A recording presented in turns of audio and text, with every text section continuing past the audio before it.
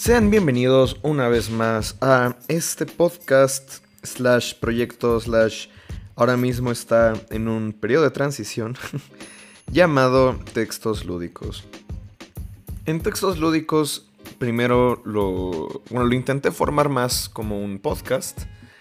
Ahora mismo con el tema de que se abrió una comunidad de Discord y que pues pronto voy a estar colaborando con algunos proyectos de los que ya les quiero contar, pues como que quiero empezar a transicionar a que sea más como una especie de plataforma, comunidad. Pero iremos viendo. Finalmente, gran parte del propósito desde un inicio era que fuera pues, simplemente un espacio para videojuegos, principalmente narrativos, pero creo que el enfoque se ha ido yendo más hacia pues juegos con un enfoque cultural, o tratar de analizar juegos desde otro enfoque más, pues, vamos a decir cultural, sí. Pero también eso, o sea, no quiere decir que sea nada más como exclusivo al análisis o a la crítica, lo que sea. Porque, pues, tanto yo creo videojuegos como varias personas que están en la comunidad les interesa la creación de videojuegos y están en el proceso de empezar a crear videojuegos. Así que, si eres alguien que te gusta la creación de juegos o te interesa empezar a crear juegos, este podcast también va para ti, para pensar el videojuego de otra manera. Y también porque, bueno, hay episodios que yo los he dedicado exclusivamente a hablar sobre procesos de creación o procesos de cómo integrar historias en los videojuegos. Y por ahí tengo unos episodios que quiero sacar de, por ejemplo, cómo empiezo a crear videojuegos o temas un poco más clavados como ritmos narrativos, entre otras cosas. Me acabo de dar cuenta que no me he presentado. Soy Luis León, soy el anfitrión de este podcast y esta vez también voy a estar aquí solo. De hecho, probablemente 1 o 2 episodios otra vez los vuelva a grabar por mi cuenta y luego volvamos a tener algunos invitados. Más que nada porque pues luego me cuesta trabajo como calendarizar los temas, sacar como la gente que quiero invitar y que tampoco se repitan, porque digo, si por mí fuera tal vez llamaría a las mismas personas de siempre todo el tiempo y tampoco es el punto. Y me gustaría llegar a ciertos episodios donde digo como, ya sé a quién invitar, pero finalmente como que todo tiene su secuencia y también pienso en el orden de estos episodios de manera narrativa, en plan cómo darles secuencia de uno a otro.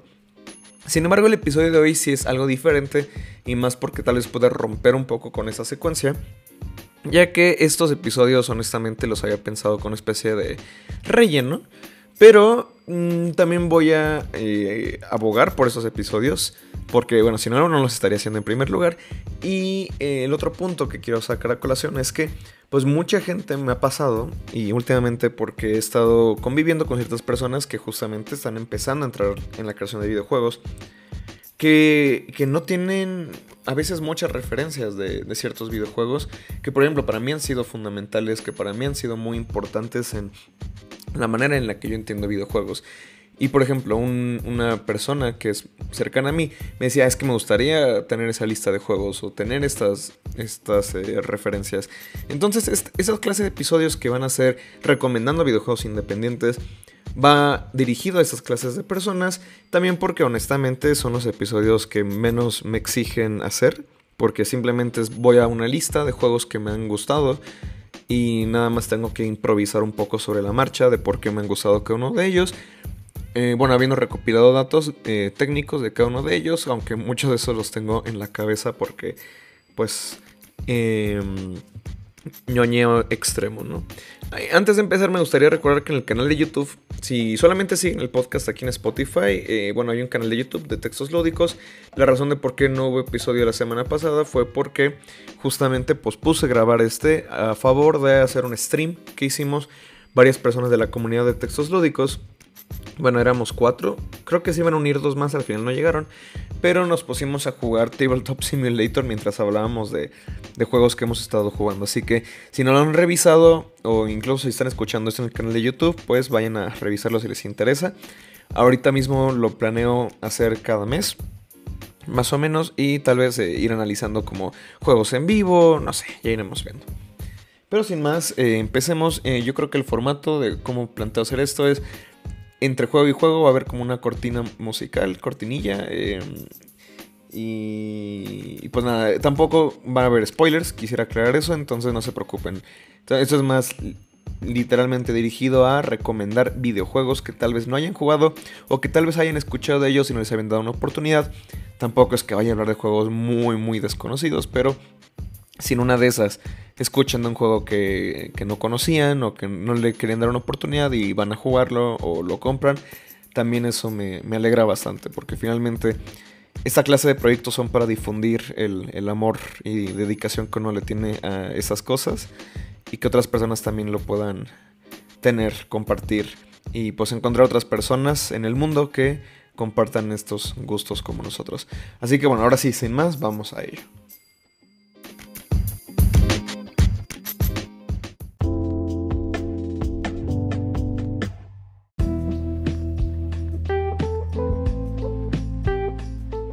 El primer videojuego del que quiero hablar es Hotline Miami. Hotline Miami sí es probablemente uno de los mayores rockstars de los videojuegos independientes.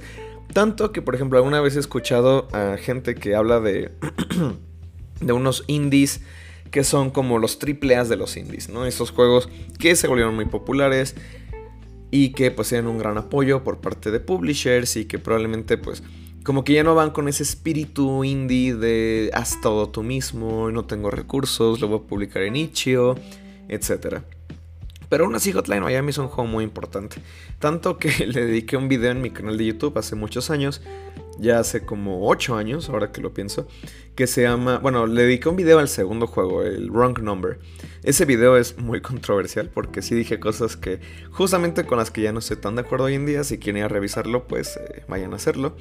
Y me han llegado comentarios súper, desde positivos hasta negativos. Pero aún así mantengo ese video arriba porque tiene como 60 y tantas mil reproducciones, algo así. Y pues gracias a ese video luego siguen descubriendo el canal, así que no creo desaparecerlo pronto. Pero ese es el segundo del juego. El primer juego, Hotline Miami, sale en 2012. Lo desarrolla Denaton Games. Denaton Games son 2 personas. Y el juego está disponible en PC, PlayStation 4. Bueno, voy a decir las más modernas. Xbox, Switch, creo, y Android. Esa parte creo es porque, según yo, sacaron como una compilación de los 2 juegos, del primero y el segundo, y que según yo está disponible en todas las consolas modernas. Hotline Miami es un juego que fue muy rompedor para mí, para muchas personas. Hoy en día muchas personas dicen como, sí, pues es que un juego que estaba sacando cosas de juegos más viejos, y sí. Pero es de esas veces que incluso con un estilo gráfico que es muy retro, es cuando uno se pone a valorar, ok, pero este juego nunca hubiera existido en los 80s, nunca hubiera existido en los 90s. Simplemente porque Hotline Miami plantea muchos temas, muchas cuestiones de diseño, un diseño narrativo que no se hubiera usado en aquellos entonces.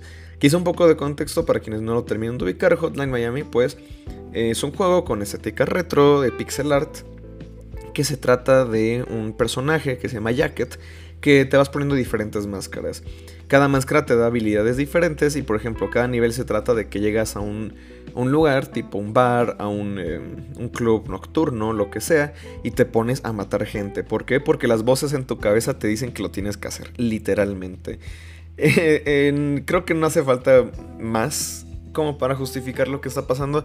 Y justamente una de las cosas que más fue aplaudidas de Hotline Miami en su momento fue la parte narrativa, porque de pronto te ponía una historia como muy confusa, muy entrelazada, y mientras vas jugando salen como estas voces en tu cabeza que te dicen, pero ¿por qué sigues haciendo esto?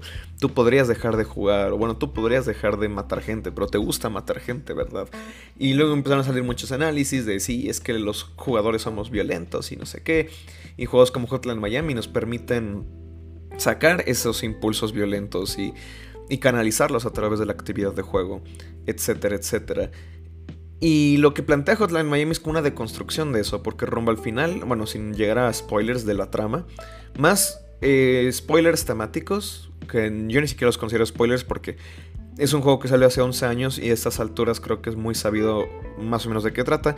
Básicamente te cuestiona mucho el por qué sigues haciendo eso, te dice, pero ¿por qué sigues matando gente? Y de pronto, como entra más avance el juego, más loco se vuelve el personaje, como que empieza a disociar completamente la realidad. Y de hecho ya tiene mucho tiempo que no lo juego y ahorita que lo estoy volviendo a describir me doy cuenta de wow, Muchas de esas cosas creo que ya las damos por hecho en muchas tramas de videojuegos. De hecho, por ejemplo, Katana Zero es un juego que también hizo algo de ruido cuando salió, creo que allá por 2018, si no me equivoco. Y Katana Zero toma mucha influencia de Hotline Miami, porque igual Katana Zero es un juego que con estética pixel art, que tiene mucho énfasis en música. Todo eso Hotline Miami, otra de las razones de por qué se volvió tan popular, creo yo, es por el tipo de música que utiliza, que va mucho por la parte de synthwave, mucho de, pues sí, como música electrónica, popera, moderna, que también es como muy retro, apuesta como por esta cuestión de revivir los 80s. Y bueno, de hecho, gracias a Hotline Miami yo descubrí mucha música que ya no escucho tanto hoy en día, pero en su momento como que se me mandó por por unos caminos muy locos de descubrimiento musical. Por ejemplo, hay un artista que se llama Perturbator, que tiene una o dos canciones en el juego. Y también Hotline Miami 2 me parece que tiene una o dos canciones. Y de hecho gran parte de la estética de Hotline Miami, o por qué se volvió tan popular, es justamente por eso, tanto por la cuestión como esta psicodélica que tienen los gráficos, de que a veces los colores se van entrelazando, y luego la música que a veces es como un poco stoner, o sea, como un tipo de drogas, cosas así.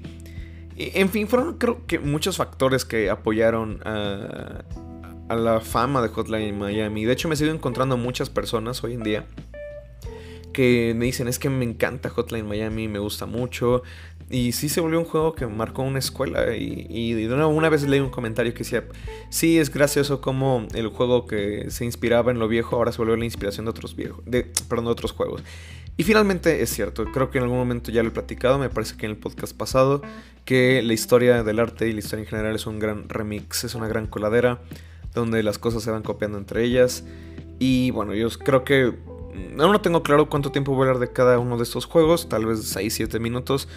Así que simplemente como para dejar una última nota, yo considero que Hotline Miami es un juego espectacular, creo que es un juego que hay que probar. Es un juego muy difícil, también eso es parte de la experiencia estética de Hotline Miami. Es un juego que te va a hacer repetir y repetir y repetir y repetir niveles, pero es parte de su flujo de juego, es parte del núcleo principal. Y va muy de la mano con el tema de la violencia. Entonces, si te frustras muy rápidamente, tal vez no es para ti. Pero si aún así le quieres dar una oportunidad y te interesa la historia que está contando, y cómo Hotline Miami básicamente fue uno de los grandes pilares de los videojuegos independientes la década pasada, pues busca Hotline Miami.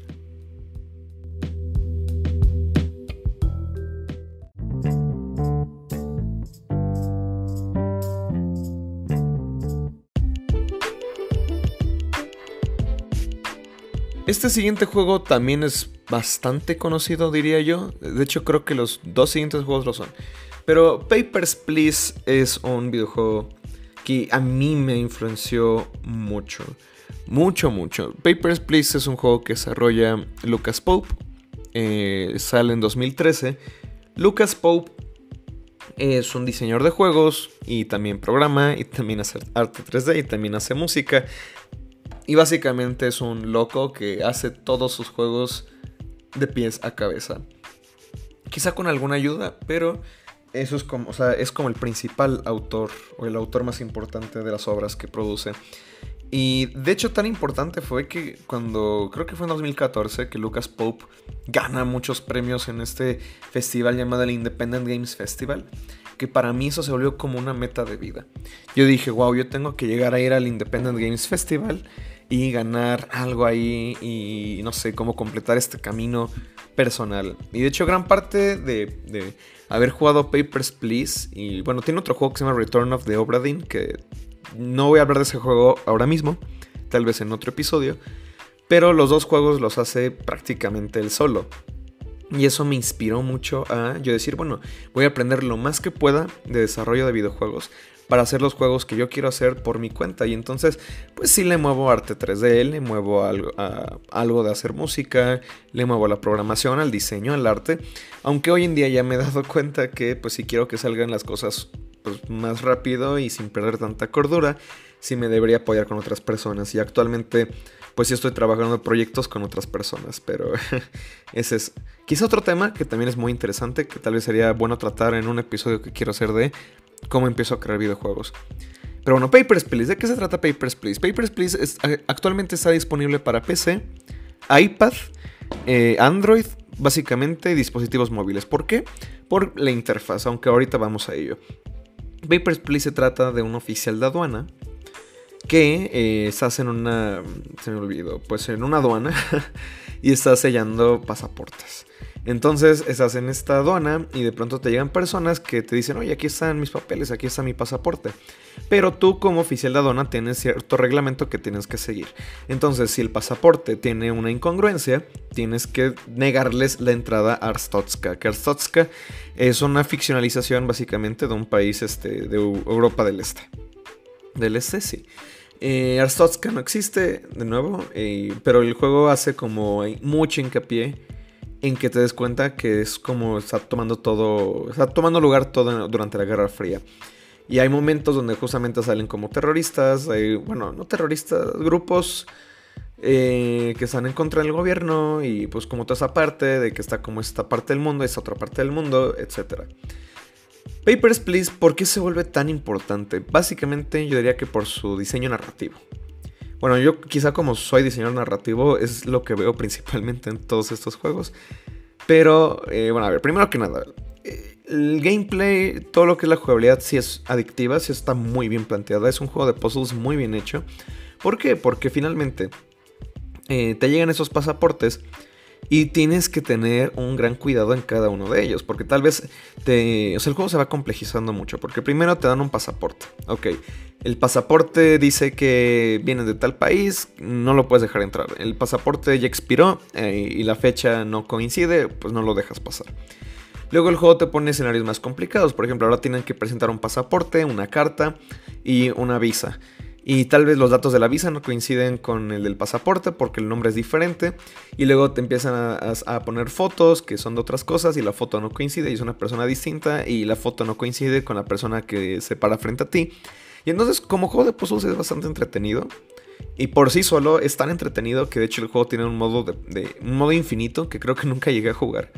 Porque realmente no me interesaba mucho esa parte, pero pues creo que es un gran testamento a que también está diseñado la mecánica. Pero para mí lo que realmente hace interesante a Papers, Please y a muchas personas es que la historia va tan de la mano con la jugabilidad que son prácticamente la misma cosa. ¿Por qué? Porque de pronto te dicen que en Papers, Please que pues tienes que cuidar una familia. Tienes una familia a la que le tienes que dar dinero. Pero te pueden dar más o menos dinero dependiendo de que también cumplas tu rol como oficial de aduana. Hasta ahí todo bien, porque pues dices, bueno, voy a cumplir mi rol, voy a negar a las personas que no tienen que entrar y ya está. Ya no hay mucho más ahí.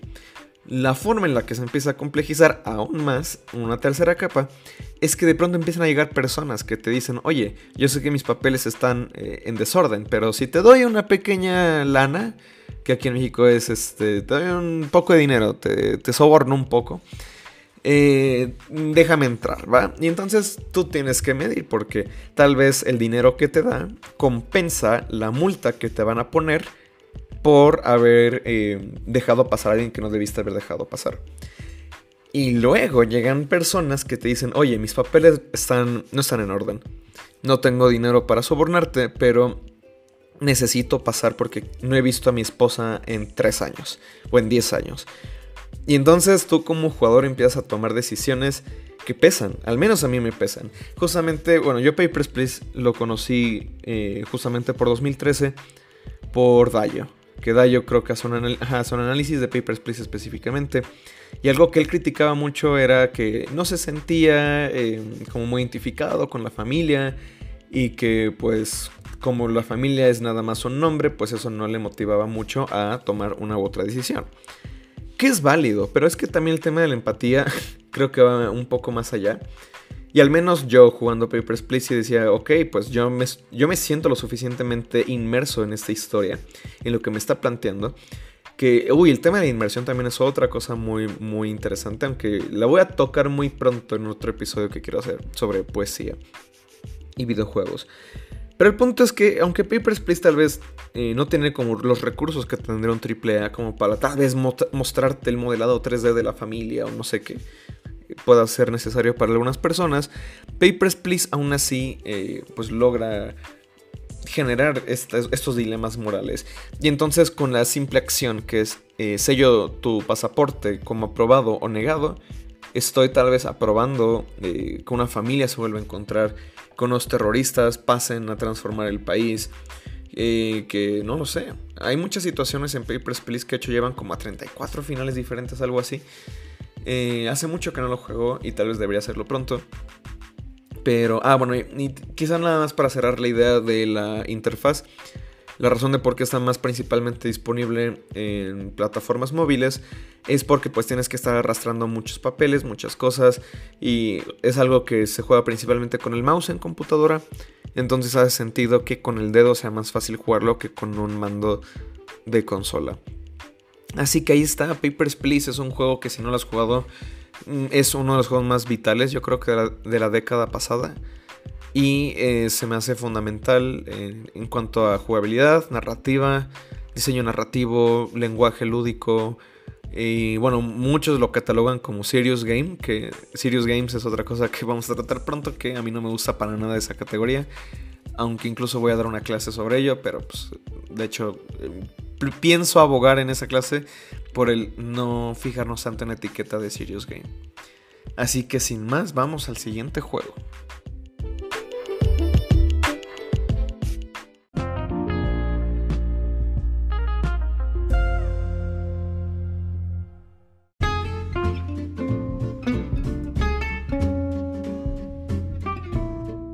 Braid es tan popular que sale en uno de los documentales más populares que han hecho hasta ahora de videojuegos independientes.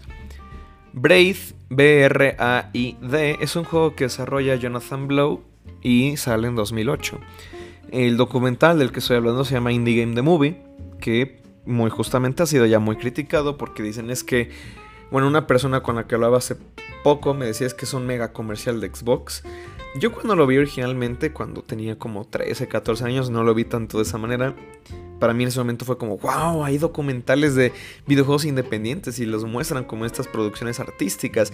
Y creo que aún así por esa cuestión sí tiene un valor muy importante, Indie Game The Movie.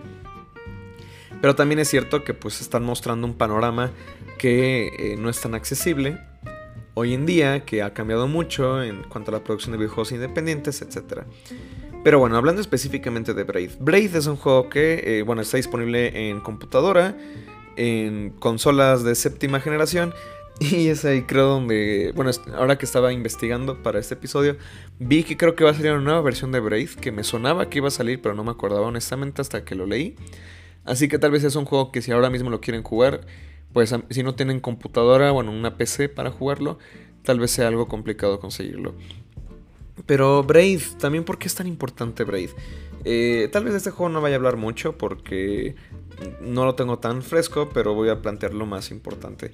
Braid se trata de un hombre común y cualquiera que secuestran a su prometida y entonces tienes que ir a rescatarla. Básicamente es un Super Mario Bros, pero con otro personaje. El juego ha sido analizado hasta el cansancio y para eso también hay que entender la mecánica principal. La mecánica principal es que tú puedes retroceder el tiempo, así como mucha gente lo compara con Prince of Persia. Pero, o sea, lo que pasa es que, bueno, es un juego de plataformas. Cuando tú estás saltando, cuando tú estás avanzando, puedes poner un botón que hace que retroceda una acción que hiciste y te lleva a un punto anterior. Y tú puedes retroceder, creo que cuanto quieras, o creo que tienes un límite, algo así. Pero el punto es que, por ejemplo, empiezan a salir puzzles que, por ejemplo, si tú retrocedes el tiempo, hay objetos que son inmunes a esta mecánica de retroceder el tiempo. Entonces tal vez tú tienes que tirarte de un precipicio, luego retroceder el tiempo, esperar a que una plataforma avance y entonces te dejas caer otra vez y ya puedes seguir tu camino. Esa es un poco la idea. Pero de las cosas que más han sido analizadas de Braid es que es el final de Braid. Y la verdad, como es un episodio en teoría de puras recomendaciones, no sé si entrar en ese tema de spoilers. Aunque también es un juego que salió en 2008. O sea, salió hace ya 15 años Braid. Aún así, yo creo que lo voy a dejar ahí como por el beneficio de la duda. Solamente voy a comentar que el final de Braid es tan recordado porque hace una ruptura total de todo el viaje que has tenido hasta ese momento. O sea, es un giro de 180 grados completamente, donde te dicen... de hecho, ahora que lo pienso, es como algo muy similar creo que muchos juegos como por esa época tenían ese tema, ¿no? De que te daban como este mega plot twist que querían hacer que tú cambiaras de perspectiva de todas tus acciones que has tomado hasta ese momento. Entonces, sin decirlo tal cual, lo que sucede es que te dicen, oye, pues tú creías que eras el héroe y realmente tal vez eres el villano de esta historia. No voy a decir por qué. Pero luego también hay unos análisis que plantean algo de una bomba y bueno, vamos a dejarlo ahí. Braid es un juego fundacional, lo queramos o no. Hay mucha gente que está en contra de Jonathan Blow hoy en día porque ha tenido ciertas posiciones tanto políticas como sociales que a mucha gente no agrada. Yo la verdad a veces me disocio mucho de eso porque pues bueno, creo que Jonathan Blow sí ha hecho comentarios que pueden ser algo cuestionables, lo voy a admitir, pero pues también yo reconozco sus obras como Braid y como The Witness. The Witness también es un juegazo que pues han marcado escuela, lo queramos o no. Y Braid influenció muchos videojuegos, The Witness también ha influenciado muchos videojuegos. Entonces, pues bueno, al menos Jonathan Blow como creador de juegos creo que merece mucho respeto. Y ya sus posiciones personales, pues bueno, ya pueden ser mucho más criticables. Así que lo voy a dejar ahí. De nuevo, Braid, yo creo que, o sea, ya no quiero investigarlo mucho más ahora. Pero si les interesa este juego, pueden buscar eso de que va a salir una nueva versión del juego. Que se anunció como Braid New... Braid New Version Game. Vamos a ver rápido. Sí, claro, la versión de aniversario. Que se anunció hace 3 años, es lo que estoy viendo. Pero creo que no ha habido ninguna noticia hasta el momento, así que pues si se quieren esperar, está bien. Si no, pues está en PC. Y hasta ahí mi comentario sobre Braid.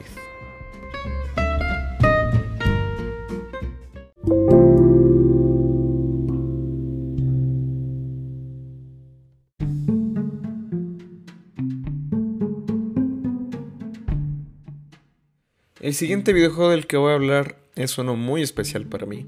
De hecho, tengo contemplado en algún momento hacer un análisis de lleno de este videojuego, que incluso podría llegar a durar 1 hora o más. Pero de momento quisiera hacer nada más la recomendación por encima y en otro momento habrá un análisis más profundo. Estoy hablando de Kentucky Route Zero. Kentucky como el estado o como el pollo, Route de ruta y Zero del número 0. Este juego lo desarrolla Cardboard Computer y fue lanzado a lo largo de 7 años en 5 actos y 5 interludios diferentes. Está disponible en computadora, en consolas modernas, está tanto para PlayStation, Xbox, Switch y lo mejor de todo es que también está disponible en dispositivos móviles porque está en Netflix Games. Es un juego que lo adoptó Annapurna Interactive y... o sea, ya he hablado mucho de Kentucky Route Zero. O sea, fácilmente en 5 veces, 5 pláticas o podcasts en los que he estado termino mencionando este juego. Es un juego muy especial. Kentucky Route Zero se trata de un hombre que se llama Conway que está entregando básicamente sus últimos paquetes. Es alguien que entrega paquetes. Pensé en Death Stranding. Bueno, entrega paquetes de una tienda de antigüedades. Es una aventura gráfica. Bueno, al menos se plantea así en un inicio como una aventura gráfica, aunque después podemos debatir mucho eso. Y básicamente tienes que llegar a la ruta 0 para entregar este último paquete antes de que se jubile Conway. Llegas a este enigmático primer punto que se llama Ecus Oils, que es de gasolina, y le preguntas a un hombre, ¿en dónde está la ruta 0? Y te dice, si vas a esa computadora, tal vez ahí puedas encontrar una pista. Vas a la computadora y la computadora tiene una contraseña. La contraseña es un poema. Pero el juego te pone varias opciones de las que tú puedes escoger. Y la cosa es que el juego te dice, tú puedes poner la secuencia de poema que tú quieras y más te haga sentido. No importa qué escojas, la computadora se va a abrir. Pero el juego te plantea, tú tienes que sentarte a reflexionar o sentarte a pensar cuál es la opción que más hace sentido para ti. Cuando salió Kentucky Route Zero, mientras iban saliendo los episodios de este juego, hubo mucha mucho análisis o mucha discusión con respecto a... Kentucky Route Zero no es un juego que tome en cuenta tus decisiones realmente para cambiar la historia, sino que es un juego que te pide sentarte un momento y te pregunta, ok, pero ¿por qué vas a escoger esto? Tú, como jugador, ¿a ti por qué te importa esta decisión o te importa la otra? Incluso si la historia siempre va a terminar igual. De hecho, el quinto acto me parece muy bonito. Es un juego que habla mucho sobre la muerte, el dejar ir, habla mucho sobre los restos del capitalismo, de cómo han afectado a la sociedad, a la gente. Es un juego que habla mucho sobre el olvido, sobre la memoria. Hay un personaje en el cuarto acto que me parece muy interesante, que habla sobre técnicas de cómo autosugestionarte el olvido y olvidar a propósito ciertas cosas.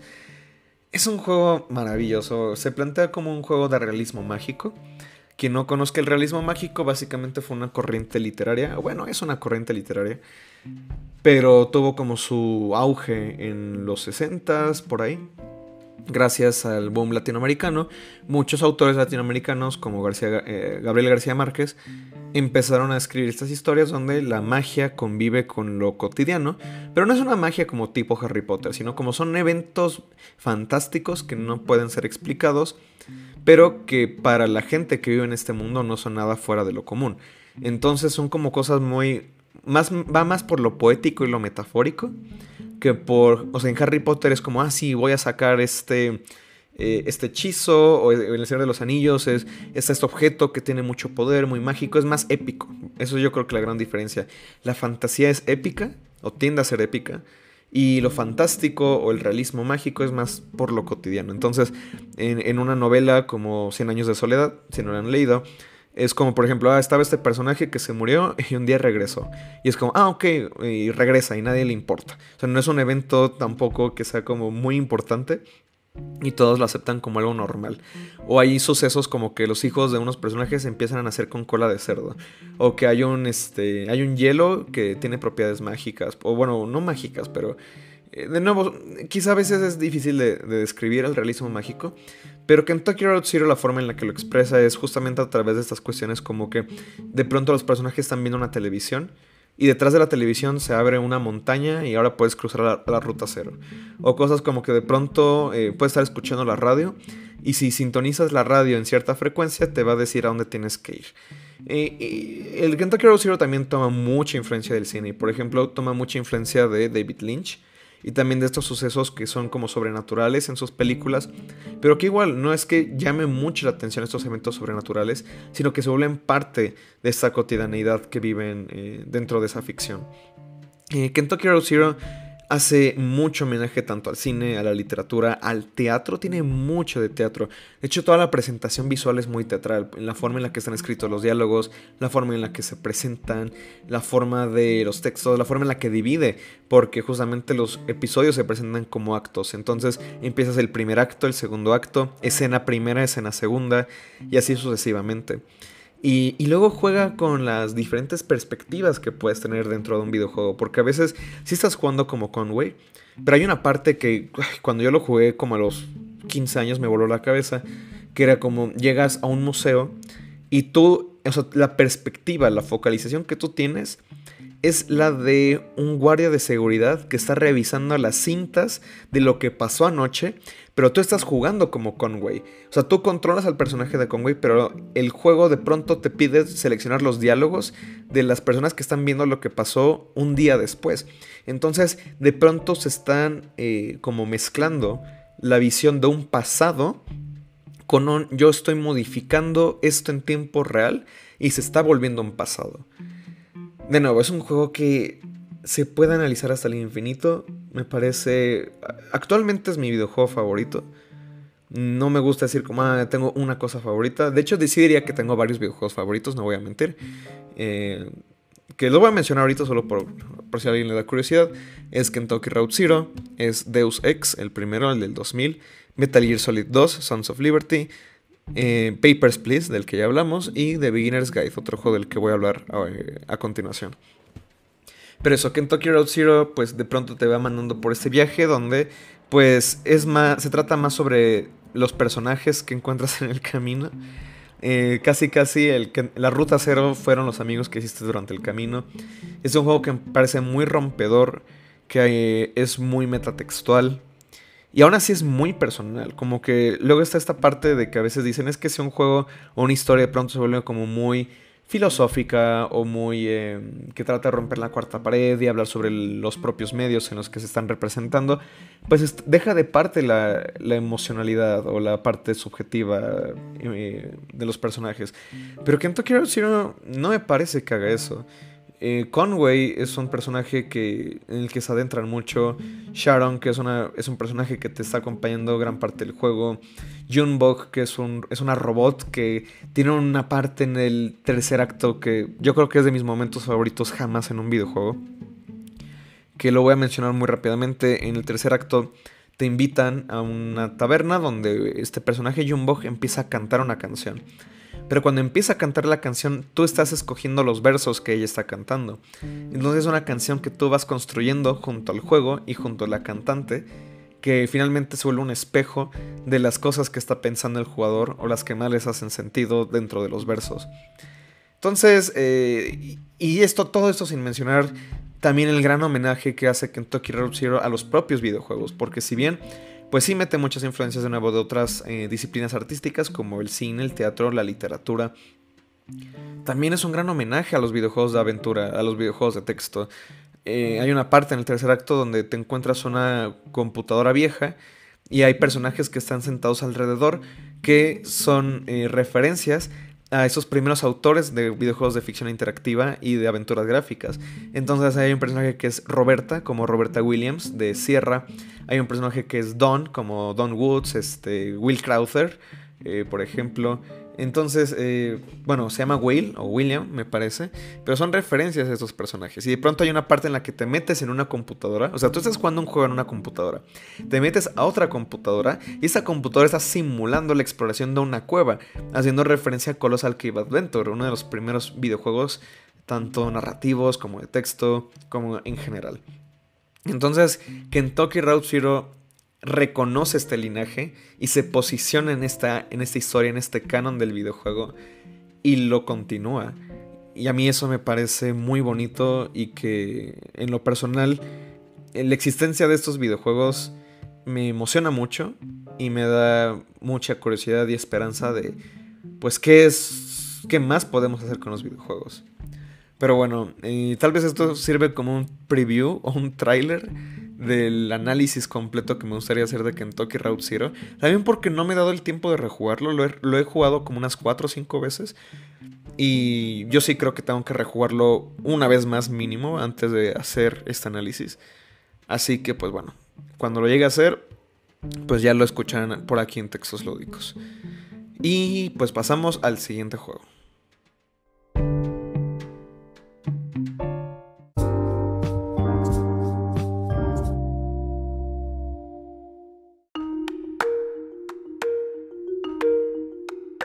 The Beginner's Guide. Justamente hablaba de este juego en el bloque pasado de Kentucky Route Zero. Este juego lo desarrolla Davey Redden. Lo sale en 2015 y está nada más para computadora. Ese sí, nada más en Steam. Davey Redden se hizo famoso, relativamente famoso, hasta el punto en el que uno lo puede hacer desarrollando videojuegos. Pero se hizo famoso por The Stanley Parable. Y The Stanley Parable, pues, es otro juego que también recomiendo mucho, que es como muy metatextual, que cuestiona mucho las motivaciones del jugador, los límites formales que tiene un videojuego a la hora de que tomas una decisión o la otra. Pero The Beginner's Guide es prácticamente la antítesis emocional de The Stanley Parable. The Beginner's Guide se presenta como un juego narrado por Davey Redden, donde te pone diferentes videojuegos que dice que él rescató de un amigo suyo que dejó abandonados.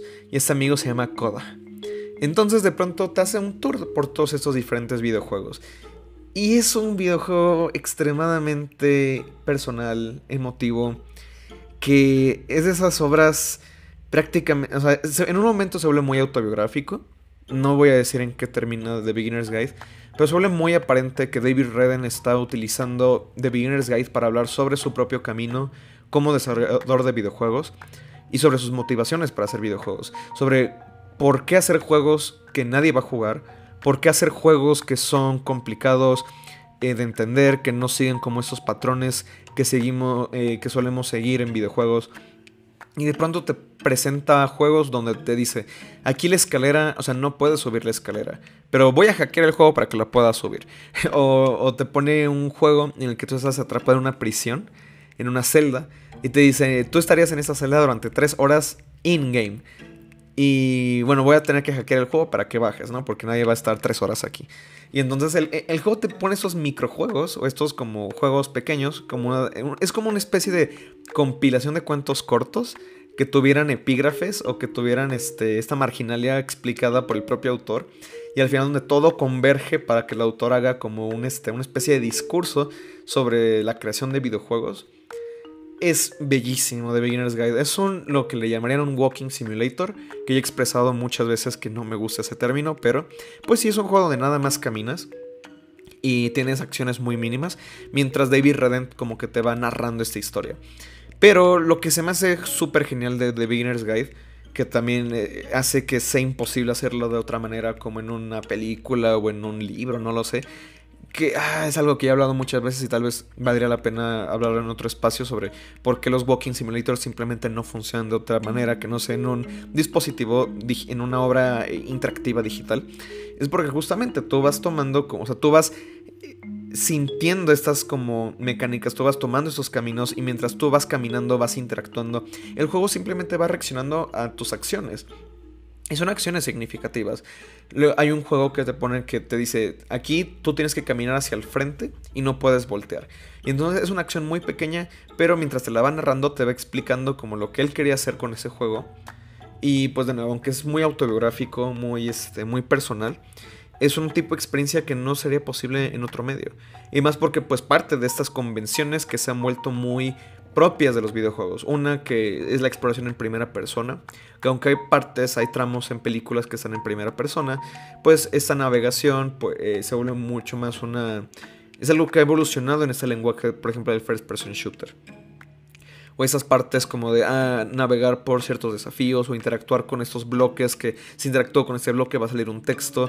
Como estas partes de la estética del videojuego, que aunque haya una interacción mínima, no son fácilmente adaptables a otras formas de consumir medios o historias.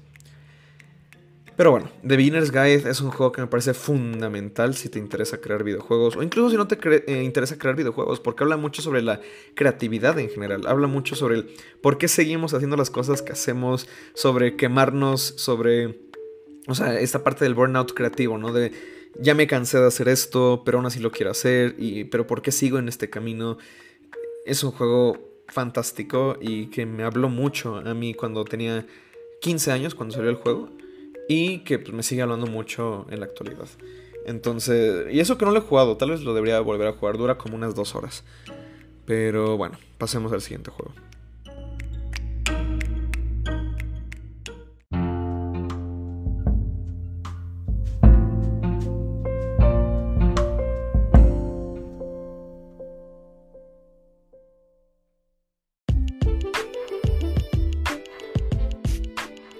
Thomas Was Alone también es un videojuego muy reconocido. me da risa porque creo que he dicho esto de todos los videojuegos que he mencionado el día de hoy. Pero de nuevo, me ha pasado que muchas personas que he conocido, o algunas no los han jugado o los conocen. Entonces de nuevo, la labor de este episodio es invitarlos a que lo hagan. Y si no habían escuchado de ellos, pues aplica aún más. Thomas Was Alone también es un juego de plataformas. Sale en 2012, lo desarrolla Mike Bithell. Y está disponible en PC, todas las consolas modernas prácticamente, PlayStation 4, que bueno, en PlayStation 5 a través de lo de la retrocompatibilidad se puede jugar. Está en Switch, en Xbox, en móviles. ¿Y por qué es un juego bueno o por qué lo recomiendo? Se trata de un cubo que se llama Thomas. Y Thomas estaba solo. Y de pronto empieza a encontrar otros personajes que son rectángulos. Y que son básicamente todos los personajes son cubos y rectángulos de diferentes colores. Y cada uno tiene habilidades distintas. ¿Por qué se volvió tan importante y popular Thomas Was Alone? Porque empieza a contarte una historia con personajes sumamente abstractos, pero que empiezan a expresar parte de sus personalidades y que empiezan a formar un mensaje sobre cómo necesitamos de otras personas o cómo... literalmente se trata sobre la amistad. Pero la forma en la que lo expresa a través de las mecánicas me parece muy inteligente. Porque Thomas es un cubo que tiene una altura, o sea, un salto normal. Digamos que salta una unidad. Y luego te encuentras otro personaje que es mucho más largo, es azul, y él puede saltar mucho más que tú. Y entonces tienes que ir cambiando entre estos diferentes personajes para apoyarlos a todos a que lleguen al final. Y entonces eso se vuelve lo bonito de este juego, que puede parecer muy sencillo, puede parecer muy sencilla la historia. Aunque por ahí luego le ponen un trasfondo sobre inteligencia artificial y esas cosas, que de hecho valdría la pena revisitarlo hoy en día. Pero lo principal que se me queda de este juego, y creo que para muchas personas, es eso, que es un juego de plataformas que con elementos muy sencillos te cuenta una historia que es bastante interesante y que sí te deja pues con una sensación de catarsis al final. Y es una gran lección justamente para personas que están empezando a crear videojuegos, para que se den cuenta, pues no necesitas un gran presupuesto, no necesitas personajes muy complicados para contar una historia y para crear un juego que sea enganchante. De nuevo, puedes tomar un juego de plataformas, puedes tomar un shooter, puedes tomar un género, el que tú quieras. Y con eso ya puedes tratar de modificar la rueda, puedes tratar de meterle algo diferente y con muy pocos recursos crear un juego bastante memorable. Y eso es lo que para mí representa Thomas Was Alone. Y es un juego aparte que es cortito, sencillo en el buen sentido y que por algo sigue en la memoria de tantas personas. Tengo una maestra que también siempre está hablando de este juego. Y de hecho yo tengo un video en mi canal de YouTube donde hablo de Solitaire Conspiracy, que es otro juego que diseñó Mike Bithell, así que si les interesa, pues ahí está el video.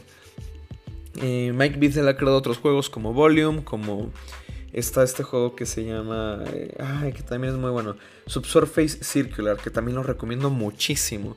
La verdad es que es muy buen diseñador, tanto de juegos como narrativo. Así que pues vayan a checar su obra y creo que no tengo mucho más que mencionar de Thomas Was Alone.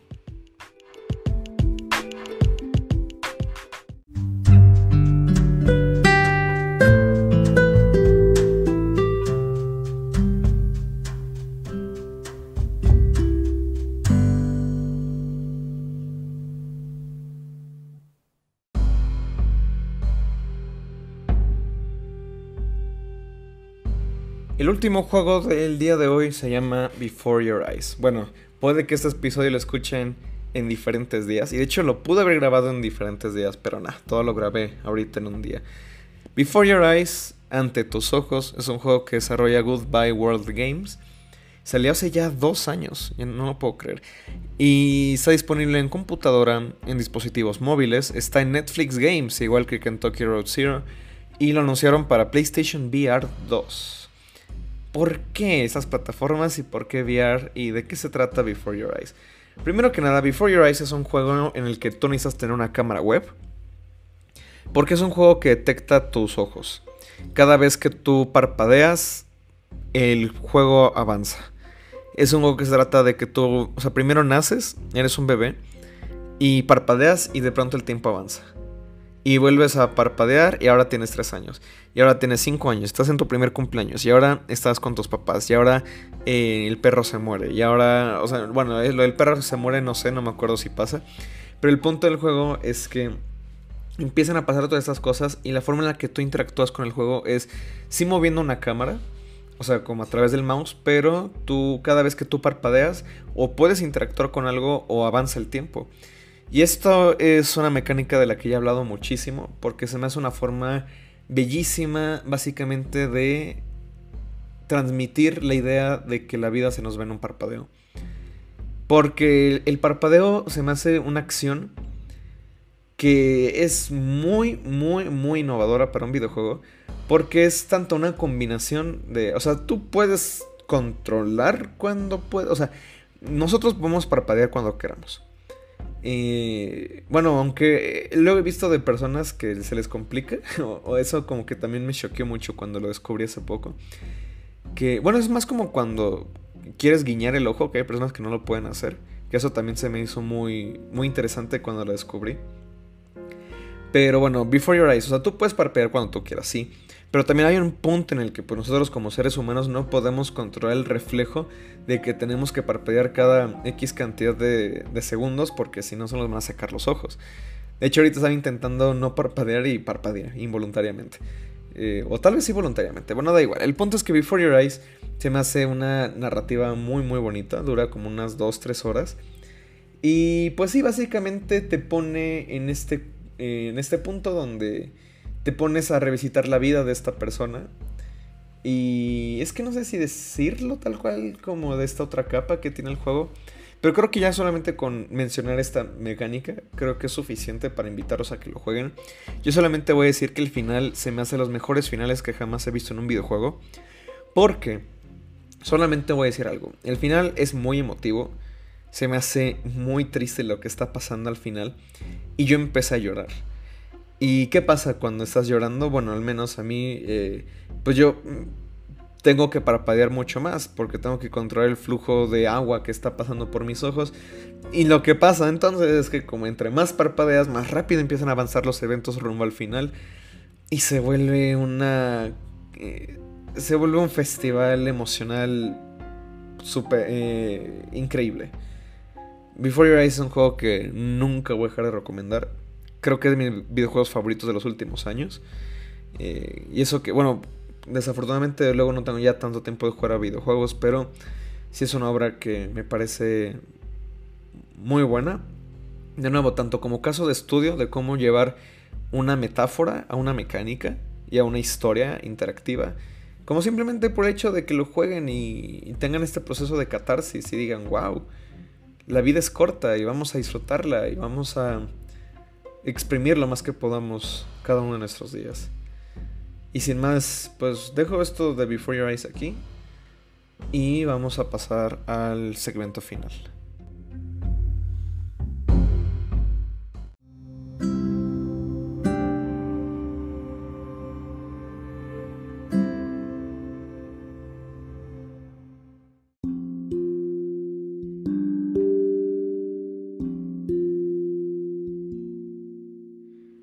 Que el segmento final nada más es despedirme, agradecerles mucho que hayan escuchado hasta este punto, si es que lo hicieron, y pedirles sus opiniones. ¿Qué tal sintieron este episodio de recomendar 7 videojuegos diferentes?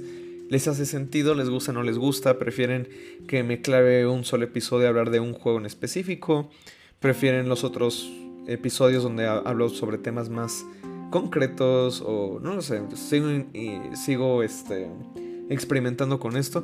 De hecho, hoy mismo pensé que estaría bien tal vez hacer una segunda parte de recomendando videojuegos, pero trayendo más personas del podcast, bueno, perdón, del Discord, y que tal vez cada persona recomendemos 2 videojuegos y mientras lo estamos haciendo como que nos ponemos a hablar sobre esos videojuegos si es que alguien me los ha jugado o hacernos preguntas y hacer tal vez una mesa de 4 personas o 3 personas y cada quien 2 videojuegos y así salen 6 u 8 recomendaciones.